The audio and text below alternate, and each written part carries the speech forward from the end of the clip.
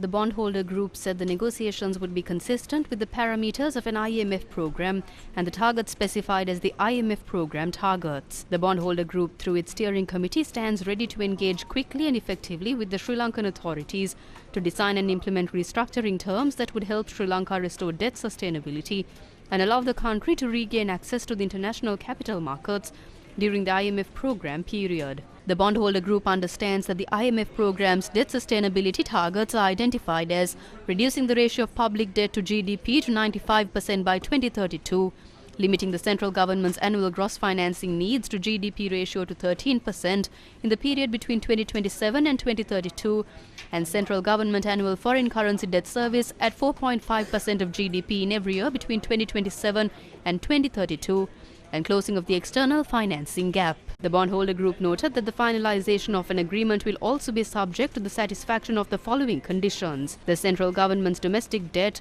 defined as debt governed by local law, is reorganized in a manner that both ensures debt sustainability and safeguards financial stability. The letter added, domestic gross financing should therefore be limited at 8.5% of GDP for the period 2027 to 2032. The bondholder group be given an opportunity to express its views on both the economic assumptions underpinning these IMF program targets and the adequacy and feasibility of the adjustment efforts contemplated under the IMF program. The letter noted that it is the bondholder group's intention to take into consideration the extent to which the economic assumptions and the adjustment efforts are consistent with these views. ඕන් කියලා තියන්නේ අපි විතරක් නෙමෙයි ණය දීලා තියෙන දේශීය ණය හිමියෝ අර්ථ සාධක අරමුදල ශ්‍රී ලංකාවේ බැංකු අනිත් ආයතන. They have informed that the domestic debt, including the EPF, local banks and other institutions, need to be restructured. The main issue here is how are we going to do that? When we repeatedly highlighted this matter, the government said domestic debt restructuring is not necessary. Certain alternative groups that are trying to form government do not even want to use the word debt restructuring. The reality is different. If we are restructuring domestic debt, how are we going to do that? There is no requirement for a haircut. This is the elephant in the room. We can only decide on how to curtail government spending if we understand what costs the government the most. This is a complex and technical matter. The government will have to open talks on this matter and present their position on this. එහෙම අවශ්‍යතාවයක් නැහැ. මේක තමයි අපි කියන්නේ elephant in the room.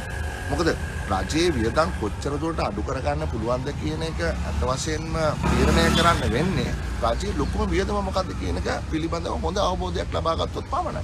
මේක අතිශයින්ම තාක්ෂණික සංකීර්ණ කාරණාවක්. රාජ්‍යයට සිද්ධ වෙනවා.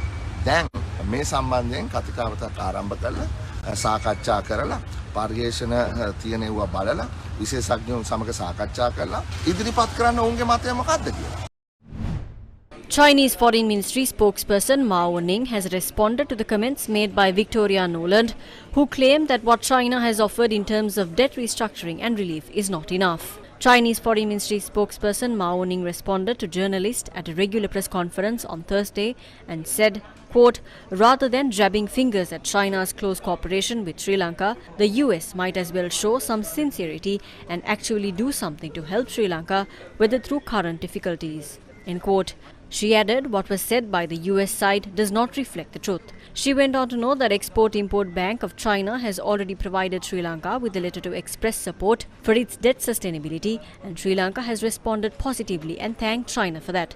The Chinese Foreign Ministry spokesperson also assured that China stands ready to work with the relevant countries and international financial institutions and continue to play a positive role in helping Sri Lanka navigate the situation, easing its debt burden and helping it achieve sustainable development. Chinese Foreign Ministry spokesperson Mao Ning said that as to Sri Lanka's debt to the Chinese side, they support Chinese financial institutions in having consultations with Sri Lanka to seek a proper settlement.